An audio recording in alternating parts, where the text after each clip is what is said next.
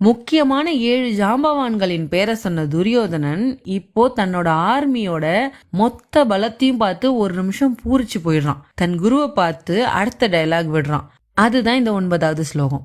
அந்நேச்ச பஹவः சூரா மதர்த்தே த்யக்த ஜீவிதாः நானா சஸ்திர பிரஹரணாः சர்வே யுத்த விசாரதாः. அவன் சொல்றான், அந்நேச்ச பகவத் சூரா மதர்த்தே த்யக்த ஜீவிதா. அதாவது குருவே, இவங்க மட்டும் இல்ல, இன்னும் எக்கச்சக்கமான வீரர்கள் இங்க கூடி இருக்காங்க.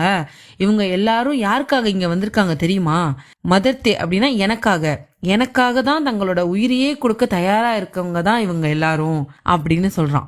இவங்க எல்லாரும் விதவிதமான ஆயுதங்களை கையாளுறதுல பிஸ்தாக்கள். போர்க்கலையில இவங்களை அடிச்சுக்க ஆளே இல்ல. இவங்க எனக்கு பின்னாடி நிக்கும் போது எனக்கு என்ன கவலை அப்படிங்கிற டோன்ல துரியோதனன் பேசுறான்.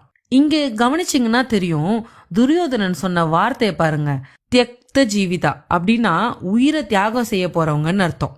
பெரியவங்க சொல்லுவாங்கல்ல, வரும் சொல்லு வாயில, நடக்க போறதுதான் வாயில வரும் ஆட்டோமேட்டிக்கா அப்படிங்கிறது. அவன் என்ன நினைச்சு சொன்னான்னா, இவங்க எனக்காக உயிரை கொடுப்பாங்கன்னு பெருமையா சொன்னான். ஆனா விதி என்ன விளையாடுதுன்னு பாருங்க. அவன் வாயாலேயே இவங்க எல்லாரும் சாக போறாங்கன்னு சொல்ல வச்சிடுச்சு. தர்மத்துக்கு எதிரா நிக்கிற யாருமே அந்த போர்ல உயிரோட திரும்ப போறது இல்ல. துரியோதனன் அவங்க வீரத்தை புகழ்றதா நினைச்சிட்டு அவங்க எல்லாரும் சாக போறாங்கன்னு ஒரு மரண வாக்குமூலத்தையே அங்க கொடுத்துட்டான். இதுதான் காலத்தோட கணக்கு. தன் படைய பார்த்து இவ்வளவு பில்டப் கொடுத்த துரியோதனன் அடுத்ததா பீஷ்மருக்கும் இடையில ஒரு கம்பாரிசன் பண்ண போறான்.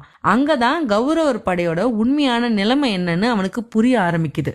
அத அடுத்த ஸ்லோகத்துல பாப்போம்.